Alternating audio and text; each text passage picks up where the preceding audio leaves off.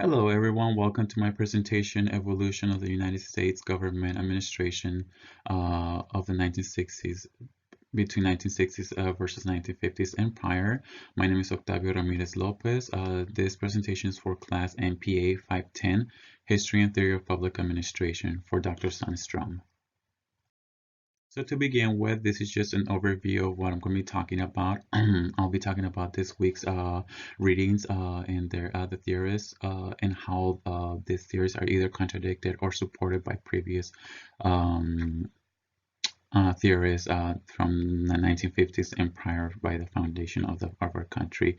So the first one's by Anthony Downs. Is in regards to rethinking bureaucracies. The second one is Open Systems Theory by Katz and Kahn. And then the last one is Marble Cake Federalism by Morton. So to begin with, I'm going to talk about how bureaus or organizations are born, and this is also this is presented by Anthony Downs and his Rethinking on Bureaucracies. So he talks about four ways or four reasons why these bureaus are born or created. So the first one he mentions is routinization of charisma. So that's meaning that someone really supports an idea or influences and supports that development of a certain bureau of organization. The second one is when the organization is created out of nothing, and this is to kind of just for the reason to carry out a specific function. The third one is when it splits off of a already existing organization, and one of the examples the book provides is the Air Force as it split off from the Army after World War II. And one of the examples I have is it's just very personal with the home IHSS Homeland within the Adult Service Administration within Adult Services.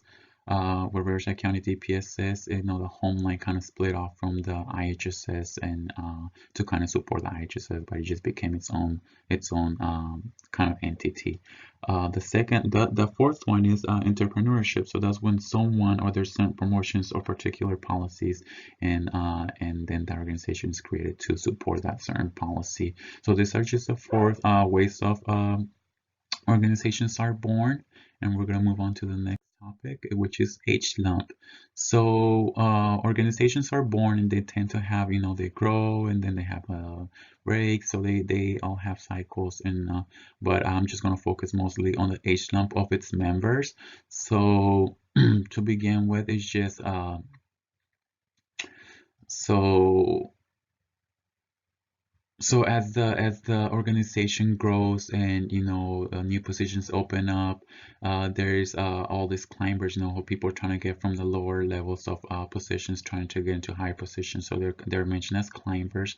And then also now that those climbers are there, this age now focuses more on the age of the members, where they tend to, as the organization stops growing, it just kind of starts more reaching its equilibrium and just balanced state.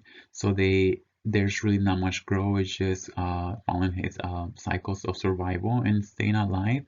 So they become to be like a group of conservers. So the organization starts being instead of just innovations, there's going to be kind of stagnation and just following the same routine. And then this is also support. So this one is supported by Herbert Simon's rationality, where people start developing that kind of sense of just satisfying what the functions of the organization without actually developing new roles or being open to change, things like that. So this one is open systems theory, supported by, well, developed by Katz and Kahn and rethinking systems. So this one just focuses on an organization or a bureau being an open system that is affected by many resources, by inputs, transformation, outputs, negative feedback, and just not just being a single cell, but actually being a cell developed, affected by various internal and external forces. So they mention 9 characteristics of open systems. So to mention one, I'm going to start with the first one: importation of energy. So that's kind of the allocation of resources into the agency. And then there's a throughput, which is a transformation. So putting all those resources, working with them and making something out of it. So it leads up to the third one, which is the output. So making coming up with the service of delivery. The fourth one is the systems and cycles of events. So the organizations have to follow a continuing cycle in order to stay alive. And the fifth one is negative entropy. So meaning that if you don't touch the organization, you leave it alone, it tends to just be run down and disorganized. So sixth one, negative feedback. So these organizations as an open system depend on negative feedback to see what they're doing wrong and kind of deviate from those courses. Seventh is homeostasis. So these organizations, depend on negative and positive forces to in attempt to fight to achieve an equilibrium. And then there's differentiations, is multiplication of elaboration of roles as the organizations typically created to perform a certain function, but now it's develops different roles to assist and meet more needs. And then the ninth one is equifinality, so meaning that the organization or the goals cannot be accomplished in the same way, but there can be multiple different ways to accomplish certain goals. And then I feel that this is it contradicts Taylor's idea of scientific management and efficiency, as Taylor kind of believed that things can be broken down into smaller pieces and things could just be done in one way, whereas open systems theory and equifinality, it supports the idea that a goal can be accomplished in many different ways. So I just found this illustration, I found it very self-explanatory and kind of explains how this open systems work, where you have the inputs of the resources, transformation in the middle processes, and then the outputs to accomplish a goal. You have an environment kind of working and fighting with the organization to reach that equilibrium, and then you have the feedback also from the exterior to let the bureau organization know what they're doing wrong, so that that organization can make some changes. So, marble cake federalism is supported by Morton Grobson's as history thinking dual federalism, where, as also supported by Wilson's economy and good now. So Wilson believed that, the government keeps on growing, it's affected now by public opinion, so government keeps on growing, and so their policies are developed, and that government is becoming from more of a layered level, such as the layer for federal, then a separate layer for state, and a separate layer for local. Now with this